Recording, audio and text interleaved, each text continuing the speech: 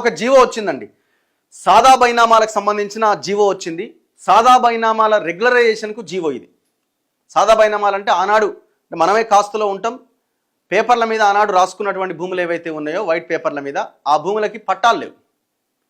ఇది గతంలో ఈ గవర్నమెంట్ తెచ్చినటువంటి జీవో కోర్టులో పెండింగ్లో ఉండే. ఈ గవర్నమెంట్ వచ్చిన తర్వాత కోర్టులో ఆర్గ్యుమెంట్స్ చేసి ఆ జీవో ఇచ్చినటువంటి మధ్యంతర ఉత్తర్వులను రద్దు చేస్తూ, స్టేని రద్దు చేస్తూ హైకోర్టు కూడా తీర్పు చెప్పింది. దీంతో సాదా బైనామా రెగ్యులరైజేషన్కు మార్గం సుగమమైంది. సో ఇప్పుడు ప్రభుత్వం ఇంకొక జీవో ఇచ్చి వాటిని చేయబోతున్నారట. మరి ఎట్లా అంటే ఇది కేవలం ఈ సాదా బైనామాలు ఎవరివి, ఎట్లా రెగ్యులరైజ్ చేస్తారు? సాదా బైనామాలు చిన్న సన్నకారు రైతులకు సంబంధించిన భూములు. అంటే ఇష్టం వచ్చినట్టుగా ఏనో ఒక 100 ఎకరాలు కబ్జా చేసి సాదా బైనామా అంటే కుదరదు. చిన్న సన్నకారు రైతులు అండ్ 2014 ఆ తర్వాత నాటికి 12 సంవత్సరాలు వాళ్ళ కాస్తులో ఉండాలి. అంటే అంతకు ముందు నుంచి 2014 తర్వాత వరకు 14 సంవత్సరాలు 12 సంవత్సరాలు వాళ్ళ కాస్తులో ఉండాలి. అట్లాంటి వాళ్ళకి మాత్రమే ఇది అమలవుతుంది. దాదాపుగా 9 లక్షల అప్లికేషన్లు పెండింగ్లో ఉన్నాయి. ఒకసారి చూద్దాం, నేను జీవో కాపీ కూడా చూపిస్తా.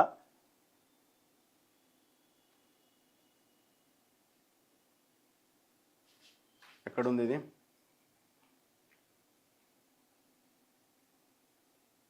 ఇగో నిన్న CCLA director commissioner Lokesh Kumar GO జారీ చేసిండు. రాష్ట్రంలో Telangana Bhubharati record of rights in lands 2025 ప్రకారం సాదా బైనామాల క్రమబద్ధీకరణకు బుధవారం సిసిఎల్ఏ లోకేష్ కుమార్ ఉత్తర్వులు జారీ చేశారు. 2020 అక్టోబర్ 12 నుంచి నవంబర్ 11 వరకు దాఖలైన అప్లికేషన్ల వరకే రెగ్యులరైజ్ చేయబోతున్నారట. 2020 అక్టోబర్ 12 నుంచి నవంబర్ 11 వరకు ఏవైతే అప్లికేషన్లు వాళ్ళ దగ్గరికి వచ్చినాయో వాటిని రెగ్యులరైజ్ చేయబోతున్నారట. ఆర్ఓఆర్ 2020లో వీటిని పరిష్కరించేందుకు అవకాశం లేకపోవడంతో హైకోర్టులో కేసు ఫైల్ అయింది. ఇటీవల భూభారతిలో తీసుకొచ్చిన మార్పులకు అనుగుణంగా పరిష్కరించేందుకు అవకాశం ఉందని న్యాయస్థానం గుర్తించింది. దాంతో పెండింగ్లో ఉన్న 9 లక్షలకు పైగా అప్లికేషన్లు పరిశీలించి రెగ్యులరైజ్ చేసేందుకు హైకోర్టు గ్రీన్ సిగ్నల్ ఇచ్చింది. ఈ మేరకు సిసిఎల్ఏ జిల్లా కలెక్టర్లను ఆదేశిస్తూ ఉత్తర్వులు జారీ చేశారు. భూభారతి చట్టం 2025 సెక్షన్ 6 సబ్సెక్షన్ 1 ప్రకారం అన్రిజిస్టర్డ్ డాక్యుమెంట్లను రెగ్యులరైజ్ చేయబోతున్నారు. రైతులు సాదా బైనామాల ద్వారా కొనుగోలు చేసిన భూములను వారి పేరిట మ్యుటేషన్కు అవకాశం లభించింది. 2014 జూన్ 2 అంటే తెలంగాణ రాష్ట్ర ఆవిర్భావం నాటికే కొనుగోలు చేసినట్లుగా డాక్యుమెంట్లు ఉంటేనే పరిగణలోకి తీసుకుంటారు. అంటే మీ దగ్గర నువ్వు కొనుగోలు చేసిన భూమి 2014 జూన్ 2కు ముందు కొనుగోలు చేసిందే ఉండాలి. దాని తర్వాత నేను పేపర్ల ద్వారా చేసిన దీన్ని రెగ్యులరైజ్ చేయంటే చెయ్యరు. దీని కట్ ఆఫ్ డేట్ ఏంటి? 2014 జూన్ 2. అంతకు ముందు డాక్యుమెంట్సే. ఆ తర్వాత కొనుగోలు చేసిన వాటికి అవకాశం లేదు అని ఆ జీవోలో స్పష్టంగా పేర్కొన్నారు. Telangana rights in land and pattadar passbooks act 1971 ప్రకారం 2020 అక్టోబర్ 12 నుంచి నవంబర్ 10వ తేదీ వరకు సమర్పించిన దరఖాస్తుల వరకే ఈ జీవో పరిమితం కానున్నది. భూభారతి చట్టం 2025లో సెక్షన్ 6 సబ్సెక్షన్ 1 ప్రకారం ఆర్డీఓ స్థాయి అధికారికి ఈ రెగ్యులరైజేషన్ అధికారాలు కట్టబెట్టారు. ఇది భూభారతి చట్టంలో పెట్టడం జరిగింది. యాక్చువల్గా ఏం జరిగిందంటే గతంలో ప్రభుత్వము చేయాలన్న ఇంట్రెస్ట్ లేకుండా ఒక జీవో ఇచ్చింది. కోర్టుకు వెళ్ళారు కొంతమంది. ఏమని కోర్టుకు వెళ్ళారు? వీళ్ళు ధరణి అనే ఒక చట్టాన్ని తీసుకొచ్చారు, ఆ ధరణి ప్రామాణికం అంటున్నారు. మరి ఆ ధరణిలో ఈ సాదా బైనామాలకు సంబంధించిన సెక్షన్ ఎక్కడా లేదు, మరి ఏ రకంగా జీవో ఇచ్చిరు అని క్వశ్చన్ చేస్తే కోర్టు కూడా దీన్ని అవును కదా, ఎట్లా ఇది మరి ధరణిలో ఎందుకు పెట్టలేదు సెక్షన్ అని ఆపేసింది. ఆ జీవో మొన్నటిదాకా వచ్చింది. మొన్నటిదాకా ఆ స్టే అనేది నడుస్తున్నది. భూభారతి వచ్చిన తర్వాత ప్రభుత్వం ఏం చేసిందంటే ఈ రెగ్యులరైజేషన్కి సంబంధించి సాదా బైనామాలకు సంబంధించిన సెక్షన్ 6 సబ్సెక్షన్ 1ని ఇందులో యాడ్ చేసింది, సాదా బైనామాల రెగ్యులరైజేషన్ సెక్షన్. సో దీంతో కోర్టులో మళ్ళీ వీళ్ళు ఆర్గ్యూ చేశారు.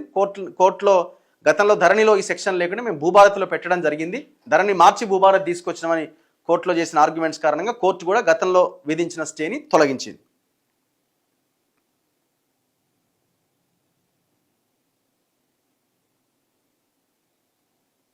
ఏంటా GO?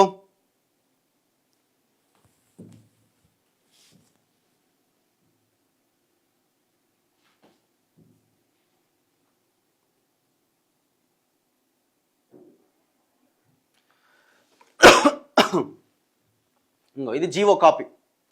GO MS number 106 revenue department, revenue land administration 10/9/2025 నిన్న వచ్చింది. the Telangana Bhubharati from the Chief Commissioner of Land Administration, Telangana. Order. The circumstances reported by the Chief Commissioner of Land Administration, CCLA, in his letter second read above and keeping in view of the orders dated 26/8/2025 of the Honorable High Court of Telangana, writ petition number 270 of 2020, Government, after careful examination of the matter, decided to issue the following notification for undertaking the processing of applications received for regularization of unregistered transactions, Sada Bainama, during the period from 12/10/2020 to 10/11/2020 under subsection 1 of section 6 of the Telangana Bhubharati. కేవలం 12/10/2020 నుంచి 10/11/2020కి మధ్యలో ఎవరైతే మా భూములు regularise చేయండి సాదా బైనామా భూములని ఎవరైతే వచ్చారో వాళ్ళకి మాత్రమే రెగ్యులరైజ్ చేస్తారు. Accordingly the following notification shall be published in an extraordinary issue of the Telangana gazette dated 10/9/2025. ఇందులో ఈ అంశాలు పేర్కొనడం జరిగింది. ఇందులో ప్రధానంగా ఇంకొక లైన్ ఏముంటుందంటే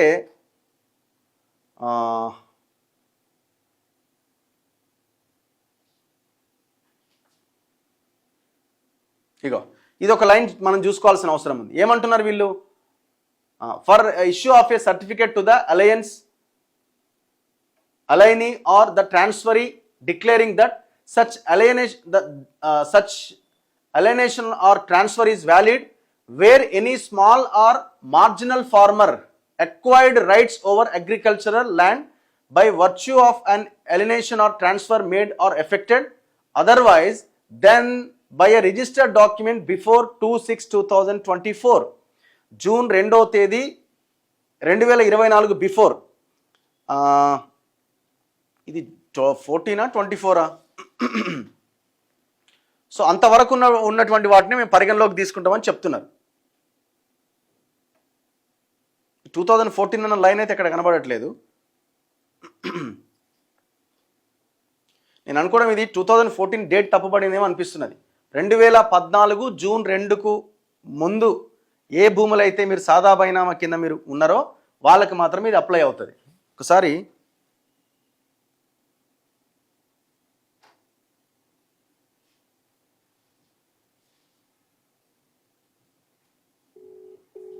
భూమి సునీల్ గారికి కాల్ చేద్దాం.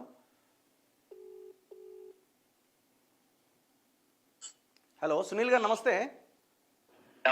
నిన్న జీవో వచ్చింది కదండి, నేను లైవ్ లో ఉన్నారు మీరు. జీవో వచ్చింది కదా ఈ సాదా బైనామాల మీద.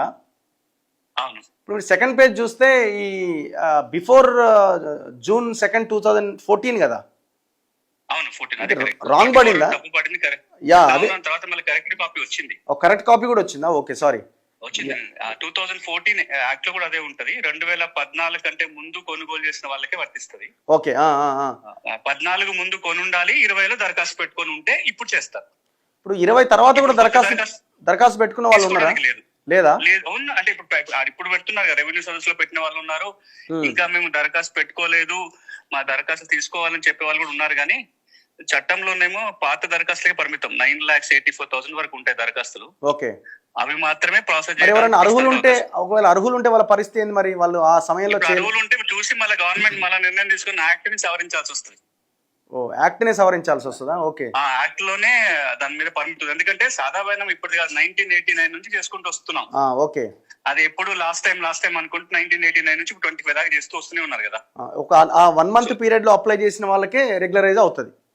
అంతే అంతే. ఆన్లైన్ లోనే ఉన్నాయి, ఆన్లైన్ దరఖాస్తులు మాత్రమే.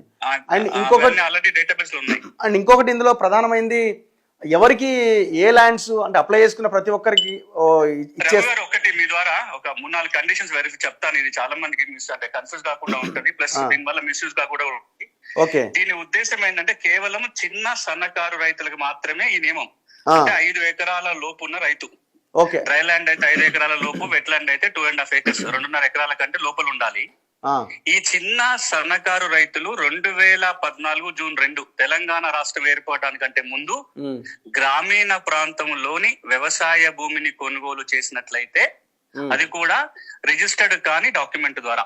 అన్రిజిస్టర్డ్ డాక్యుమెంట్ చేసి ఉంటే ఇప్పుడు వాళ్ళకి ఒక సర్టిఫికేట్ ఇస్తుంది గవర్నమెంట్. ఓకే, ఆ సర్టిఫికేట్ వచ్చింది అంటే ఈ సాదాబాయి నామాకి రిజిస్టర్డ్ డాక్యుమెంట్ కున్న వాల్యూ వస్తుంది. ఓకే, ఆ వాల్యూ వస్తుంది కాబట్టి మిగతా అన్ని పాస్బుక్ కానీ మిగతా అన్ని ఫెసిలిటీస్ ఇవ్వడానికి అవకాశం ఉంటది. ఇది మళ్ళా కొన్ని గ్రామీణ ప్రాంతంలో ఉన్న నాన్ అగ్రికల్చర్ ల్యాండ్ కూడా వర్తించదు. ఇది ఇంటి స్థలాల్లో లేకపోతే వ్యవసాయేతర భూమి ఉంటే చేయడానికి లేదు. ఒకవేళ వ్యవసాయ భూమి అయినా పట్టణ ప్రాంతాలు ఉంటే ఇది వర్తించదు. ఓకే, పట్టణ ప్రాంతాలు ఉంటే వర్తించదా? పట్టణ ప్రాంతాల్లో వ్యవసాయ భూమి ఉందనుకుంటే హెచ్ఎండిఏ పరిధిలోనో లేదా కూడా ఇప్పుడు గ్రామ పంచాయతీలు హెచ్ఎండిఏ పరిధిలోకి వచ్చిన వాటి సంగతి ఏంది? ఇప్పుడు అంటే అప్పుడు ఇచ్చినప్పుడు అవకాశం ఉంది. ఎప్పుడైతే 2020లో అప్లికేషన్ తీసుకున్నప్పుడు ఏవైతే ఉన్నాయో వాటికి వర్తిస్తుంది. తీసుకునే నాటికి తర్వాత ఆ నాటికి కాకపోతే వర్తిస్తుంది. ఒకవేళ పట్టణ ప్రాంతాల్లో ఉన్నా ఒకవేళ గనక ఈ సాదాబాయి నామా ద్వారా చేసుకోవడానికి సాధ్యపడినప్పుడు సివిల్ కోర్టు అవకాశం ఎప్పుడు ఉంటుంది. కోర్టు ద్వారా పోయి డిక్లరేషన్ తెచ్చుకోవాల్సి వస్తుంది, టైటిల్ డిక్లరేషన్. అవకాశం కూడా ఉన్నది, అది ఎప్పుడైనా ఉంటది. ఎందుకంటే ఇక ఇంతకాలం ఉన్నారు కాబట్టి కోర్టు ద్వారా డిక్లరేషన్ తెచ్చుకుంటే ఓనర్ అయిపోతారు, పాస్బుక్ వస్తుంది. ఓకే, సో ఇది మాత్రం ఓన్లీ డ్రై ల్యాండ్ అయితే 5 acres లోపల, 5 ఎకరాల లోపల. వెట్ ల్యాండ్ అయితే 2.5 acres లోపల. అవును అవును. సాదాబాయి నామాలు అంటే అంతకంటే ఎక్కువ ఉండదు అనుకుంటాను నేను అనుకోను. అంటే అట్లా కొంతమంది తీసుకున్న వాళ్ళు కూడా ఉన్నారు. అప్పట్లో తెలంగాణలో 89 వరకు కూడా సాదాబాయి నామా ద్వారా కొన్న పాస్బుక్ ఇవ్వచ్చు, దానికి లిమిట్ లేదు. మనకు ఈ సమస్య ఎప్పుడు వచ్చింది అంటే 1971లో ఉమ్మడి రాష్ట్రంలో కొత్తగా ఆర్వార్ చట్టం వచ్చింది. ఓకే, ఆ చట్టము 1989 నుంచి అమలు మొదలైంది. 89 వరకు తెలంగాణలో పరిస్థితి ఏంటంటే మీరు రిజిస్టర్డ్ డాక్యుమెంట్ ద్వారా కొన్నా, నోటి మాట ద్వారా కొన్నా, తెల్లకాయ స్టాంప్ కాయ మీరు ఎట్లా కొన్నా మీ కొనుగోలు ముందు గ్రామంలో ఉన్న మార్పుల రిజిస్టర్ లో నమోదు చేసేవాళ్ళు. ఓకే, అమెండ్మెంట్ ఆ మార్పుల రిజిస్టర్ అమెండ్ చేసినప్పుడు ప్రతిసారి జమాబందీ జరిగినప్పుడు ఎవరైతే తహసీల్దార్ జమాబందీ ఆఫీస్ వెళ్తారో ఏ విధంగా వచ్చినా ఎంక్వైరీ చేసి ఆర్ఓఆర్కి నమోదు చేసే వాళ్ళు, పాస్బుక్ ఇచ్చేవాళ్ళు. ఓకే, కానీ 89 లో ఎప్పుడైతే ఈ కొత్త ఆర్ఓ చట్టం వచ్చిందో రిజిస్టర్డ్ డాక్యుమెంట్ ఉంటే తప్ప పాస్బుక్ ఇవ్వడానికి వీల్లేదు. ఓకే, ఆ విషయంలో తెలంగాణ ప్రాంత ఎమ్మెల్యేల అసెంబ్లీలో కొంత గొడవ చేస్తే 89 లోనే ఈ ఆర్ఓ చట్టం అమెండ్ చేసి కొత్తగా సెక్షన్ 5A అని యాడ్ చేశారు. అప్పుడు ఏమన్నారంటే 1989 నాటికి ఎవరైతే సాదాబాయి నామా కొంటారో వాళ్ళ వరకే రెగ్యులేట్ చేసే అవకాశం మొదట్లో ఇచ్చారు. ఓకే, కట్ ఆఫ్ డేట్ 89 మొదట్లో. దాని తర్వాత మళ్ళీ ఇంకా కాలేదని కట్ ఆఫ్ డేట్ ని పొడిగించి 2000 December 31 కట్ ఆఫ్ డేట్ మారింది. ఓకే, తెలంగాణ రాష్ట్రం ఏర్పడిన తర్వాత 2016లో సాదాబాయి నామా చేసేటప్పుడు కట్ ఆఫ్ డేట్ మళ్ళీ 2000 నుంచి 2014 మార్చారు. Okay, okay. సో ఇప్పుడు మనం 1989 నుంచి ఇది చేసుకుంటూనే వస్తున్నాం. తెలంగాణ ఇప్పుడు పక్కన ఆంధ్రప్రదేశ్ లో కూడా మొన్న కూడా డేట్ ఇచ్చారు, ఎక్స్టెండ్ చేశారు. అక్కడ కూడా ఎక్కడెక్కడైతే వెనకబడిన ప్రాంతాలు ఉన్నాయో, లిటరసీ తక్కువ ఉందో, ల్యాండ్ వాల్యూస్ తక్కువ ఉన్నాయో, సాధారణంగా కొనుగోలు అమ్మకాలంతా నోటి మాటతోటి మీకు వింటే ఆశ్చర్యం అవుతుంది. కొన్ని కోర్టు కేసులు ఇప్పుడు ఎవిడెన్స్ ఏంటంటే సిగరెట్ ప్యాకెట్ వెనకాల, అగ్గిపెట్టె వెనకాల సిగరెట్ రాసుకున్నారు. అగ్గిపెట్టె వెనకాల సిగరెట్ ప్యాకెట్ వెనకాల కూడా భూమి. ఒక దాంట్లో నేను రీసెంట్ గా చూసింది, సిగరెట్ ప్యాకెట్ వెనకాల 16 ఎకరాల అమ్మకాలు కొనుగోలు. సిగరెట్ ప్యాకెట్ వెనకాల రాశారా? సిగరెట్ ప్యాకెట్ వెనకాల అంటే అప్పటిదాకా ఓరల్ కదా ఎవిడెన్స్, ఎక్కడికి పోతుంది, డబ్బులు ఇస్తారు, మనమే కాస్తులో ఉన్నాం కదా అని ఒక ఇది ఉంటది. అంటే ఇప్పుడు ఒకటి, ఇప్పుడు ఆయనకి 10 ఎకరాలు సాదాబాయి నామా కింద ఉందనుకుందాము, అందులో 5 ఎకరాలు చేస్తారా? అట్లా ఉండదా? అట్లా లేదు. అంటే రూల్ ప్రకారం అయితే బిలో 5 acres చిన్న కారు అయితే ఉండాలి, చిన్న సన్నకారు అయితే ఉంటే. Okay, okay, okay. లేదు అంటే కోర్టు ద్వారా ఎప్పటికీ అవకాశం ఉంటుంది, అడ్వాన్స్ పొజిషన్ క్లెయిమ్ చేసుకోవచ్చు. మీ ద్వారా రఘు గారు ఇంకొక రిక్వెస్ట్ రైతులందరూ కూడా ఏంటంటే, ఈ సాదాబాయి మాటికి రాదు. మీరు ఎప్పుడైతే భూమి కొంటారో 4 రూపాయలు ఖర్చు అయినా రిజిస్టర్ చేసుకోవటమే సేఫ్. అంతే, ఇప్పటి పరిస్థితులు కాదు కదా. ఒకప్పుడు ల్యాండ్ వాల్యూ అందులో వన్స్ రిజిస్టర్ అయిన తర్వాత వాళ్ళు అమ్మకానికో దేనికన్నా ఉపయోగించుకోవడానికి కూడా ఉపయోగపడుతుంది. లోన్లు కూడా వస్తాయి కదా, అన్ని రకాలుగా. రకాలుగా. ఇంకోటి ఏంటంటే, నేను ఒక 10 ఏళ్ల క్రితం పరిస్థితి, మీకు భూమి ఉంటే చాలా కాగితంతో పని ఉండేది కాదు. కానీ ఈ రోజున భూమి లేకపోయినా కాగితం ఉంటే చాలనే పరిస్థితికి వచ్చినాం. అంతే, కాగితాల ఇంపార్టెన్స్ అంత పెరిగింది కాబట్టి కొంత రైతులు జాగ్రత్త తీసుకోవడం మంచిది. రైట్ అండి, థ్యాంక్ యూ. ఇది భూభారతి చట్టంలో ఇన్వాల్వ్ అయ్యి పనిచేసిన భూమి సునీల్ గారి యొక్క అభిప్రాయం. సో ఇన్ని గైడ్ లైన్స్ ఉన్నాయి, చాలా జాగ్రత్తగా మీ భూమిని రెగ్యులరైజ్ చేసుకునే అవకాశం మీకు దొరికింది. మంచి మూవ్ ఇది. ప్రభుత్వం ఇనిషియేటివ్ తీసుకొని చేయడం అన్నది మంచి మూవ్. అసలు యాక్చువల్గా ప్రభుత్వం చేయదలుచుకుంటే ఎవరైతే జెన్యూన్గా ఈ సాదాబాయి నామాల కింద పేద రైతులు ఉంటారో అంతా పేద రైతులే కదా, అవసరమైతే రిజిస్ట్రేషన్కి సంబంధించిన ఇది కూడా మాఫీ చేసి వాళ్ళకి రిజిస్ట్రేషన్ చేసినా కూడా బాగుంటుంది, తప్పులేదు పాపం. ఎందుకంటే చిన్న రైతులు కదండి, ఇప్పుడు మళ్ళీ ఆ భూమి రిజిస్ట్రేషన్ చేసుకోవాలంటే ఆ వాల్యూ ప్రకారం మళ్ళీ వాళ్ళు ఎంత పెద్ద మొత్తంలో ఖర్చు పెట్టాల్సి ఉంటుంది డబ్బులు. ప్రభుత్వం ఆలోచించాలి. చాలా చిన్నవి కదా, ఎంత ఖర్చు అవుతుంది మహా అయితే? మీకు నాకు ఖర్చు అయ్యేదేముంది, వచ్చే ఖజానాకు కొంత ఇదవుతుంది. సో వాళ్ళకి అవి రెగ్యులరైజ్ చేయొచ్చు కదా.